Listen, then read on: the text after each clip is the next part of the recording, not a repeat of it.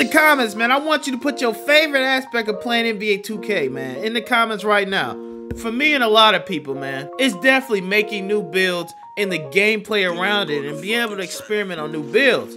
Some of y'all though may say the gameplay alone, but hey, you can argue that the builds are equally as important as the gameplay. With the imbalance of builds, the gameplay can easily be disliked. For the last few years, we had pie charts, and the pie chart system from 20 and 21 had a lot of mixed reviews. Me personally, I like the pie chart over the next gen Demi Monster creator, simply because the pie had a better balance of yin and yang. You got your weaknesses and your strengths, and it was clear. The next gen Demi Monster creator, however, you can make anything you want, and you can be whatever you want with very little weaknesses, and because of that, a lot of people felt that the next gen builder wasn't worth it, and that's why a lot of people still play current gen, in my opinion, other than having consoles. There was a lot of people who had PS5s that still played current gen. We know the pros of the next gen builder is freedom, creativity, and the ability to customize your player however you like. But let's talk about the cons. Although you are free to make whatever you want, people end up making the same thing anyway because there's one builder and there's one best outcome of the builder. If you're gonna make the best outcome of the one builder, they're gonna try it. And if one player can do it all, why make a specific role player? Why would you ever make a role player if you can make a player that can do it all, that can lock the people up, that can spot up, that can also drive? There's no reason to make a specific type of player. There is no reason for role players. Even though we argue for years, we don't want role players. Kevin Durant can dribble with a 90 ball handle. Why can't I? Think about if they really did that. What would really happen? If you were a 6'10" with 90 ball control, you would hate the game because you're gonna have Timmy running around, Curry sliding with a 6'10" demigod. It'll look like my team, but current had its faults too. Now with the current gen pie chart, play shots are way too overpowered, and it made pure sharps useless. Their three balls are so high that being a pure green means nothing in current gen 20, 21, or 22. It really meant nothing because if you can have a 90-some three ball, why would you ever make a pure green? The pie chart system, pures were useless. Nobody really made a pure yellow. Nobody really made a pure blue. Nobody really made a pure red except centers. If you are a center, yes, you can get away with a pure red, but then 22, they dropped variants of the red, so you actually can be a majority red and some blue, or a majority blue and red. Those got a lot more popular, and people start doing that over the pure reds. So almost being a pure anything is pointless. So that took away the pures pie charts capabilities by throwing all these majorities and all that. Now we liked it, but it didn't give much of center. They didn't, in my opinion, it wasn't balanced correctly. Play shop 3 should have been around an 82 to 84 max. That's the max after everything's upgraded. 84. Even with Gym Rat, 84. That's it. And then the pure sharps had the 99. That would have made people make pure sharps because look, if I want a 9900 3-pointer, I gotta make a pure sharp. Not a baby play sharp, a pure sharp. And also the success of the pie charts yearly was based on how easy it is to shoot. But there's other things I want to talk about in this video. Now, let's talk about 23 for a second. The meta and the future meta of 23 may already be kind of revealed. And I'm starting to think that the builds are going to be a little different. Why do I say that? Let's look at the chart, man. Let's look at the chart. This is a chart of the dunks, right? And he said this is for next gen only on the vertical requirements.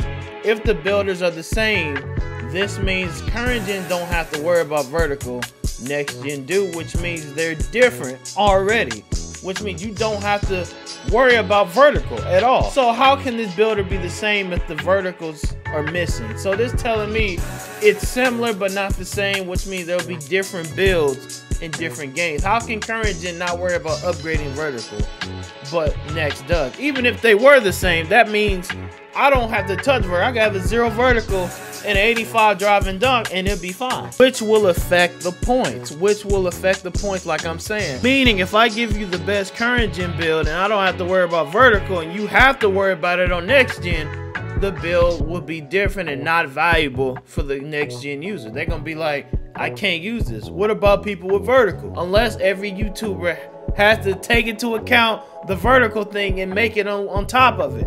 But most cases, when we making a current gen build, it's not gonna apply to next because the verticals are different. Unless they do it in a way where vertical is something you can actually upgrade. It's more of a height thing, but that kind of shows that it's possibly could be a little different. Even though they'd be similar, I can't see that if I show you how to make build A, you can repeat it on the exact same thing on next gen. If I show you a build on current, I don't know if you can do the exact same thing on next.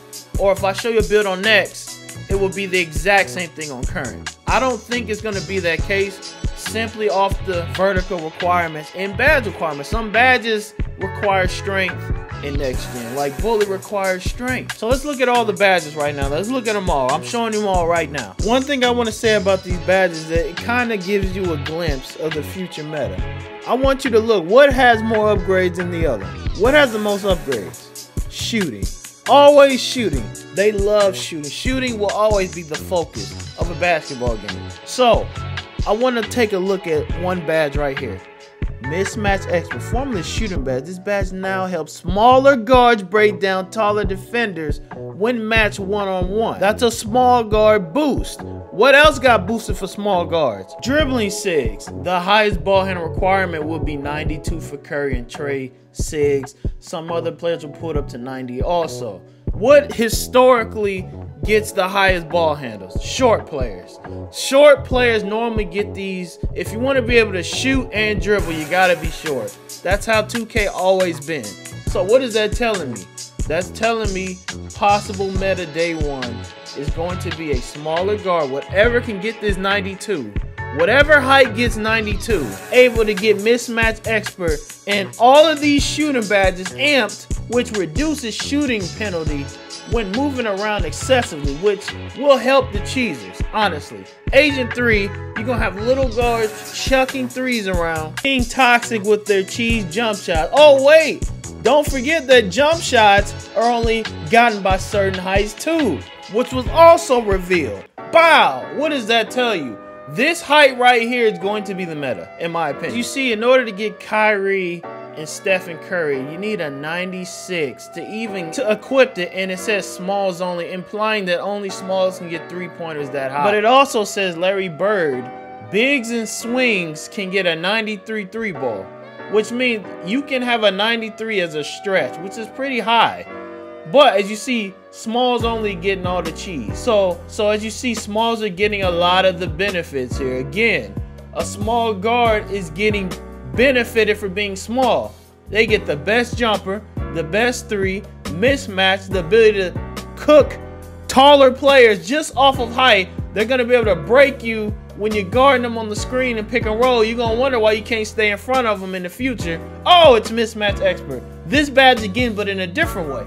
It was shooting. Now I can't stay in front of them because of Mismatched Expert. Woo! And Mike said, make sure you check the available jumpers with the test build feature to make sure you can get the shot you want before locking your build. Smalls are 6'5" and under. Swings are 6'5" to 6'9", and bigs are 6'10" plus. Now, if you look back at the chart, it's going to show you what height you need to get the three ball. So 6'5" is probably the cutoff of 96.3. So everything under 6'5", you're going to get a 3. So my prediction is that the meta will be 6'3" to under, around that range, because you don't want to make them 6'5" because you want Mismatched Expert. So if you make them 6'5", you're going to be too close to the lockdown heights. So in my opinion, I think they're going to make 6'1", 6'2" guards. Because of Mismatched Expert, the playmaking badge, it's going to still be a small guard meta, along with the bullying and the slashing. But I really think the true comp people are going to have smaller play shots. They're going to make them off the rip. They're going to see all them shooting badges. They're going to see the mismatch. They're going to see they can get a 99 three-pointer with it being short. That's my prediction of how the build system is going to go for NBA 2K23. That is my conclusion. Hopefully y'all enjoyed the video. Now in the comments, I want to know how y'all feel about this. Do you agree about this? Do you think the meta is going to be small guard based on my analysis of everything? Or do you think I missed something and it's gonna be slashers? And what build are you going to make when the game drops? I want to know what y'all gonna make first.